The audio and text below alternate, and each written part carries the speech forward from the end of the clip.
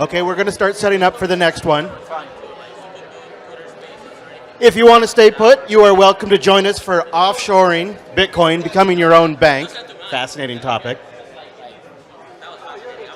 Dr. Ulrich Eder, a offshore expert, is going to talk us through the dimensions of not being your own bank. We're getting everything set up, so join us for that. Be just a moment.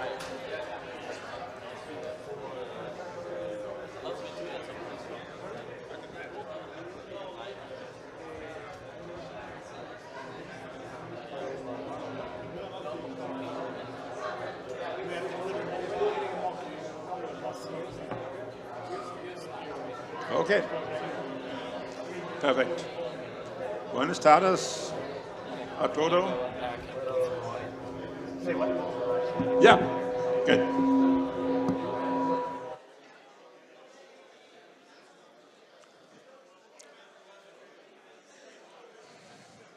Muchas gracias, te encantada. What if I told you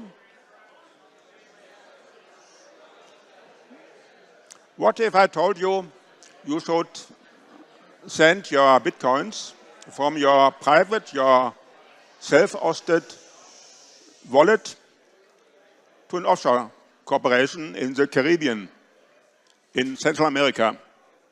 Does it sound as a super crazy idea? Maybe yes, and maybe I can convince you a little bit that it's a good idea. An idea to transfer from your private wallet to an offshore company, which you don't know, which has some risks. Some years ago, or maybe I should add, it's a complex topic. But I have a script, and if you like to have the script, you can download it under this URL or under this QR code. And I will show it later again. I start with a, no, that's wrong. Yes, I start with a provocation. Say goodbye to not your keys, not your bitcoins. Some years ago, I worked as a lawyer in Thailand, as a maritime lawyer, so as a yachting lawyer. I helped rich clients to buy a pleasure yacht, maybe a super yacht. A super yacht is a vessel more than 24 meters. And then, if they acquire it, they have to hold it. So what is the best way to hold a yacht? And you might say, oh, do it in a direct ownership. You hold the yacht. You can say, not your flag, not your yacht. So the flag is a country. So you can say, okay, a direct ownership. It's the best, like with the Bitcoin, but that's not how we do it. The yacht business is some centuries old, and the ownership structures as well. So you hold it typically by an offshore company in a specific jurisdiction, and so the boat is built and owned and operating in different jurisdictions. So it makes really sense to think about your Bitcoin wallet, which might have the value of a super yacht. Is it the best way to hold it in direct ownership on your private wallet? So, and what is now Bitcoin offshoring? It sounds very simple.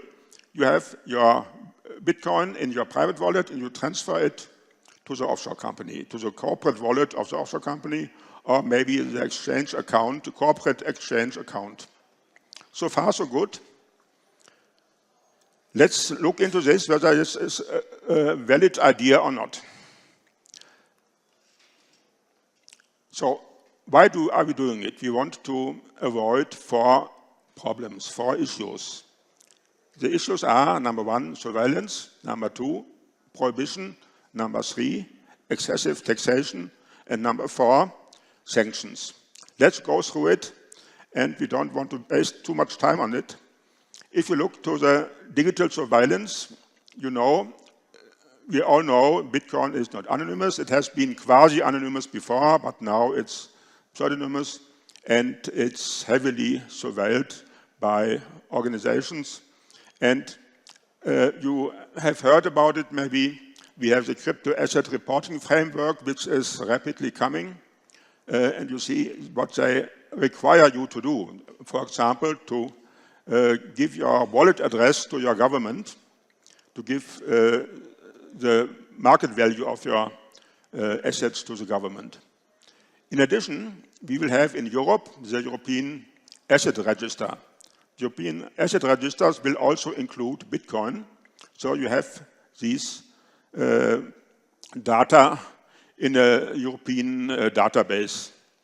And maybe more important or more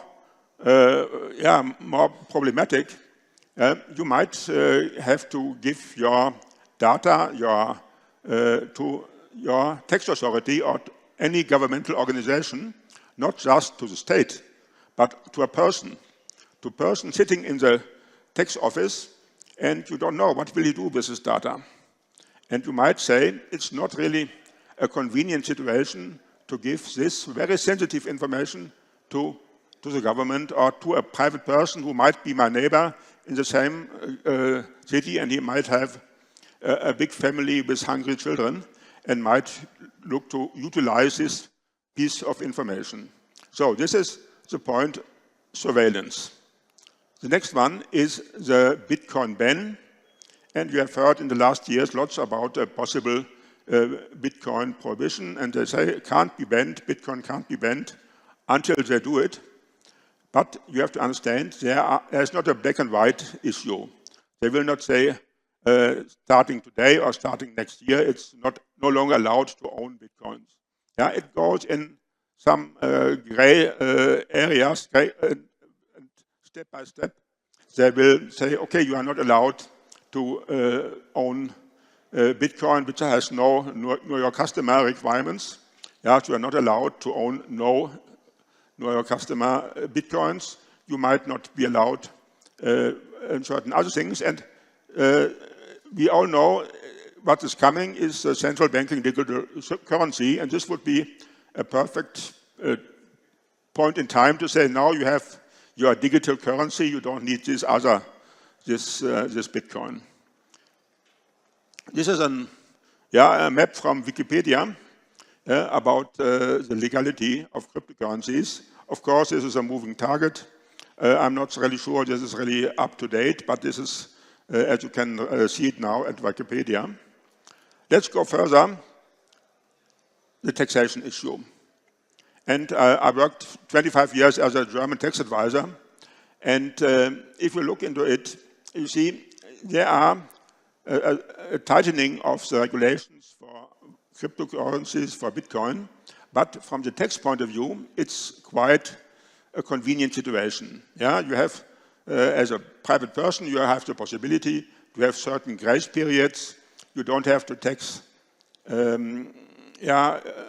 profits which are not realized. And there are certain other positive things where you can say, okay, the taxation situation is quite nice.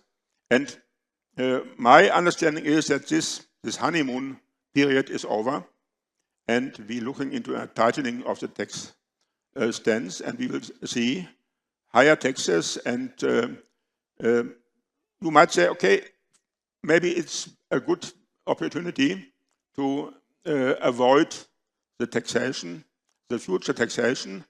Avoid does not mean evase. So we're not talking about anything illegal, just to say, okay, maybe I put it in another place where it's no longer subject to, for example, German taxation.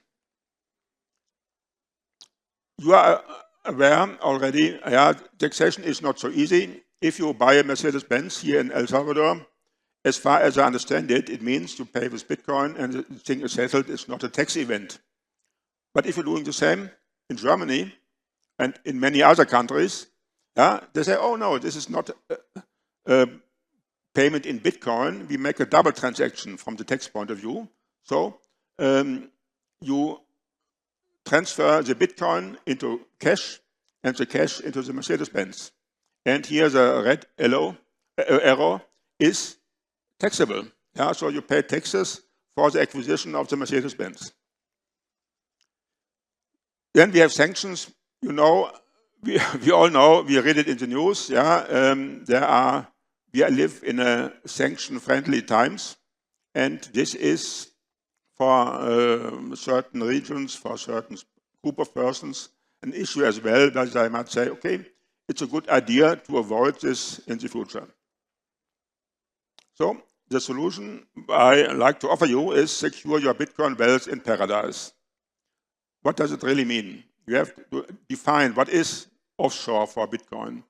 And offshore for a bank account is different from offshoring for intellectual properties or offshoring for real estate. So the offshore jurisdictions are not the same as you read it in the internet regarding bank accounts.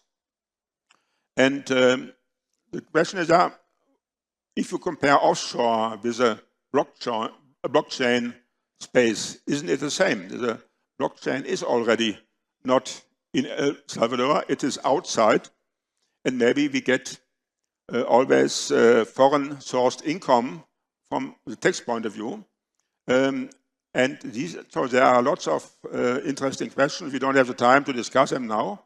What is offshore? What is proper offshore location? Let's go further. The next one. How will I transfer the offshore, the bitcoins to offshore? Yeah, you need. Maybe I should go back one step a little bit. Say, how can I transfer Bitcoin offshore? Yeah.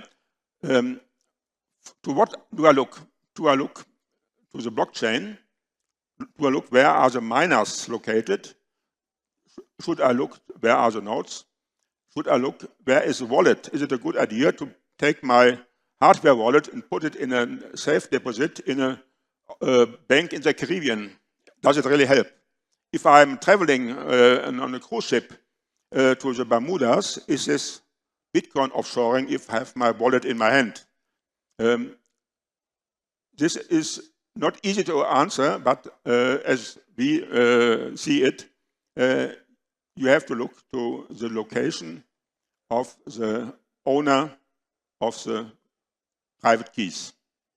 Yeah? So if you are resident in country X, then your Bitcoins are located in country X. They are subject to the taxation of country X, to the regulations of country X. Yeah? And therefore, the proposal, the idea is, you have to set up a legal entity in the offshore jurisdiction of your choice, and there, this legal entity needs then to own these Bitcoins. And now, we're coming to a very complex problem. If you are familiar with the offshore world, you will know it's not really a stable situation. Yeah? So the offshore has its jurisdiction. You might need to involve a nominee as a director, as a nominee, as a shareholder. There might be other requirements, and you don't know much about this nominee, and he can have his own ideas, and he might play foul at the end. You don't know the jurisdiction in the offshore location, so they might change their laws, and it might be a bad situation for you now. Yeah, they might have a revolution there, and the courts might not really be effective for you. You cannot go to court because they don't like foreigners. So why is it, if you compare this, the situation of your private wallet, why is this really better? Even if you have these advantages which I mentioned, yeah, no surveillance, no taxation, no ban risk, and no sanction risk, why is it really better? Let's imagine such an offshore company. Yeah, it owns your beach villa. It owns your bank account. it owns your shares in Apple and Google, and it owns the Bitcoin wallet. What happens in this worst case? That things fall apart and everything is a bad surprise. Yeah? So the director, the nominee director, can cash out your bank account. He can sell your real estate, or the government takes over the real estate. Also, the shares, something can happen with it. It's shares of the company, so you have no access to it. But what about your Bitcoin wallet? How does the offshore company really own Bitcoins? Yeah, a corporation does not know any private keys because it's not a human. Only humans can know the private key. So who should know the private key, the 24 words of your wallet? No one knows it because you don't. It's a secret. You don't have to show it to an auditor. You don't have to put it in the balance sheet, the private key. Yeah, no one can know it because that's the idea of Bitcoin, that the private key is private. Yeah. So what you could do is say, oh, very simple. I keep the private key as an individual, as a Bitcoin investor.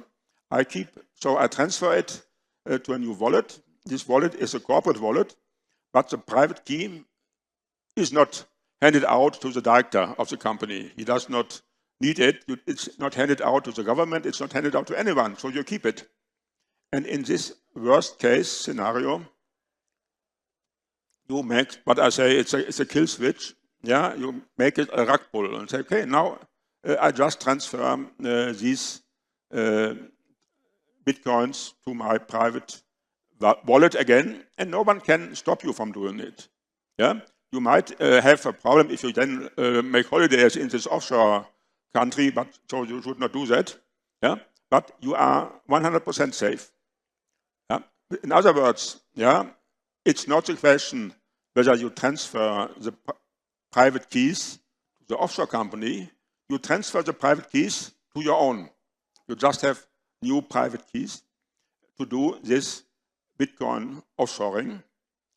And that's, the trick, more or less, in the whole structure. Yeah, all the typical offshore risks which are there, and the tax requirements, all this is not a worst case scenario because you always have this kill switch.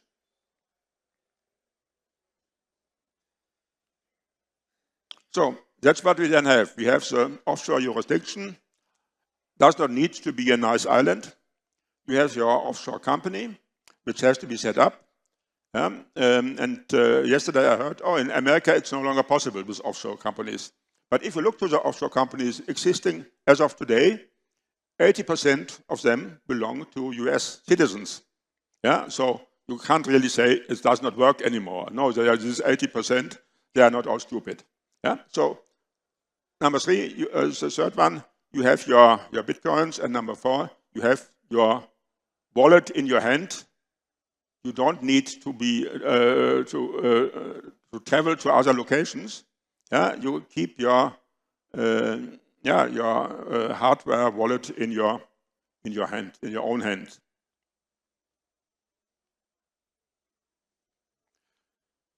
I don't know whether this sounds complicated or simple, but at least you have to be aware this is a one-shot deal. If you do anything wrong, and there are of course many things which I did not mention, but there are many of them are in my script which you can get if you like, as well as the slides.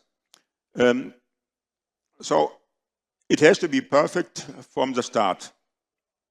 Yeah? So you should not learn from your own mistakes. You should learn from the mistake of others, which have been done before. And this is a quite important issue. And if you let this picture sink in, this is a typical situation, which I worked 15 years in Bangkok as a lawyer.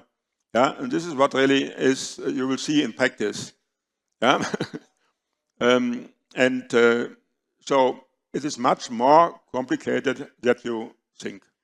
And yeah, this you should be really aware of that. This is, if you like to read this very interesting script, yeah, and you see here the URL. That's fine. I see I'm very good in the time, but I'm sure you will have some questions, some issues, because yeah, if you hear this in 20 minutes, it's pretty too short. If you asked, yeah, what does pugnatorius mean? I can tell you, it's a sword fighter. Yeah, it's an old Latin term, a sword fighter. So I'm happy to answer questions on this.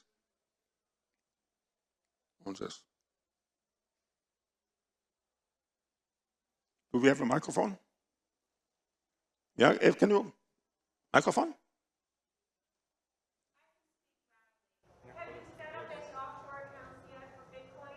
I'm working on this for 2 years more or less, and I had Bitcoin millionaires which I know from the past, and there are 6 transactions which we already completed, and others which will complete it this year.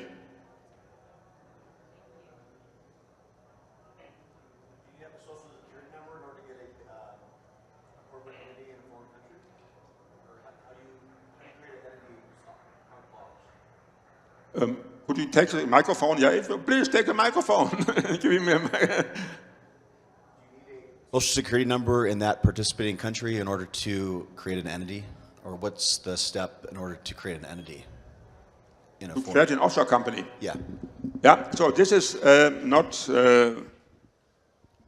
the things I offer by myself or by our company. Yeah, so there are maybe 1,000 offshore companies set up each month or each week. Yeah, they will typically, if you set up an offshore company for example, in Panama, where our firm is located, you don't need a social security number, but this is really a detail you have to check, and this should not be an important detail.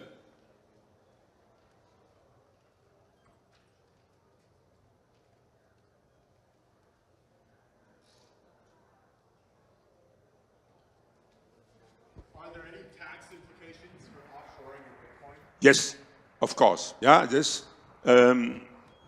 So this short presentation has a title, "The Need for Bitcoin Offshoring." But of course, I could also tell you about Bitcoin offshoring secrets. Yeah, so sure, there are lots of tax implications. Yeah, but it depends on the location. Yeah, so there might be an exit tax. Yeah, there might be a tax burden if you transfer them out of your country. Yeah, the question is, what is the perfect value? Should you take a book value?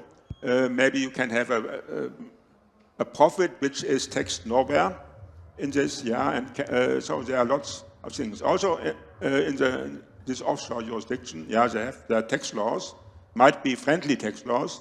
Yeah, but of course you should consider it. Also, what is the perfect time to do it?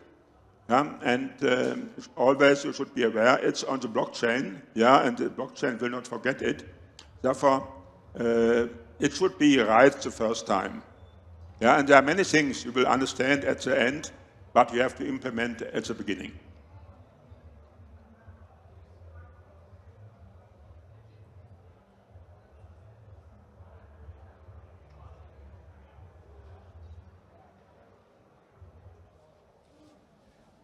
Please. Yeah.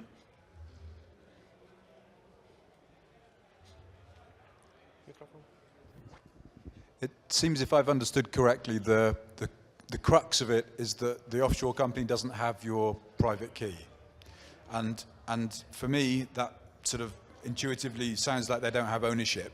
So I could imagine a domestic, the country that you're living in, England or wherever, they will say, well, no, the offshore company doesn't have the private key, it doesn't have ownership, you are the beneficiary, therefore we're going to tax you anyway. So it just seems a bit like that I was listening to understand, and then that's the core bit that it all hangs off, and it just doesn't seem to be robust enough for me to be confident in that because of all the additional risk that you might have with it. It doesn't sound like the ownership has been transferred. Maybe you can comment on that. It's a general question. I don't want to show you just here, sir. It's a general question, yeah. How can a corporation, wherever it is, how can it own Bitcoin? How can it own, this cryptographical asset? And sorry, I would say if they can transfer the Bitcoin, they can demonstrate ownership. And even if it's not a human, it's in the IT system, somebody can hit a button, they can demonstrate ownership. But if they don't have the key, I don't see how they can. Who is the owner of the private key? Yeah, no one asks you for that. You cannot give evidence. Yeah, you will not show to anyone, this is my private key, and yeah, it's not what we do. Yeah, even if you look to, if El Salvador owns bitcoins, yeah, who has a key? Yeah, there is not a rule for this. Yeah, on MicroStrategy, yeah, who has a key for this company? Yeah, we imagine, oh, maybe Michael has it, but we don't know. And there's no point to give evidence about it. Yeah, because it's a private thing. Yeah, and it can change overnight, and there can be a multi-sig key, and it can everything. But the private key is hidden. Yeah, hidden for everyone. Okay. Yeah, so if KPMG comes in, they will not say, okay, show us the private key. Otherwise, we cannot testify that the company owns it. So it's ambiguous. We just rely on the fact that it's ambiguous. Microphone, please. So nobody knows. We just rely on the fact that it's ambiguous. They could have the key. They've got your Trezor wallet. They could have the key. That's it. Yes, but this is not a specialty of my topic. Yeah, this is with all companies all over the world. Yeah, if you have a corporation, yeah, you always have this situation. Next question. The tax authorities normally know the addresses where a lot of offshore companies are placed and then would apply special scrutiny. Has your scheme ever been scrutinized by any a little bit more competent tax authority? I did not really get it. The addresses where offshore companies are domiciled are usually quite well known with the tax authorities. Yes, of course. So has your scheme ever been, let's say, investigated by one of these, and has it held? The offshore world is a complicated business. Yeah, and I'm not someone who would then say, I will advise you on the offshore law and practice on the specific island, yeah, in Bermudas, because I don't know. Yeah, but of course the tax authorities, they have certain requirements. Yeah, so typically from the German point of view or from the European point of view, they say, yeah, there are certain substance requirements.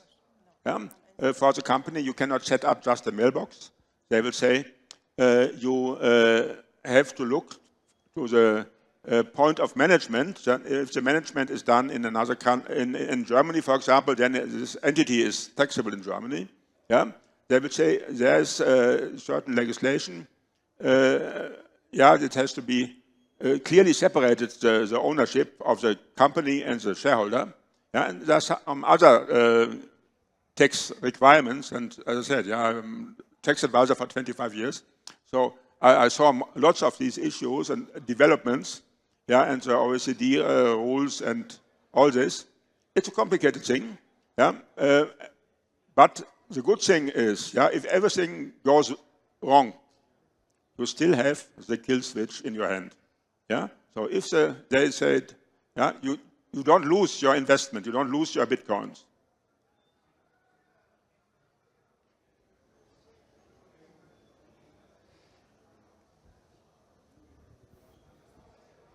So a lot of people asking about tax questions.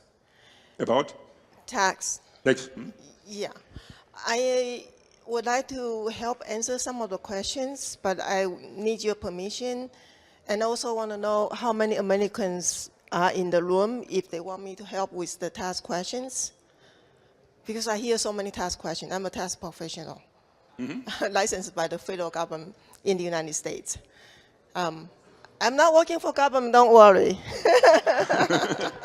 I don't work for government. I have my own company. I help people file the U.S. tax return for the expats. The Americans that invest outside the United States, or Americans that live outside the U.S., that's what I'm here to help. But I'm not here to make money. I'm just here for confidence to learn about Bitcoin. So but I hear so many tax questions. Excuse me. We're running out of time. Yeah. So if you want to have a conversation about offshore tax, that might be a good thing to do in the workshop space. But other than that, let's give a round of applause for Thank you Dr. very much. Eder.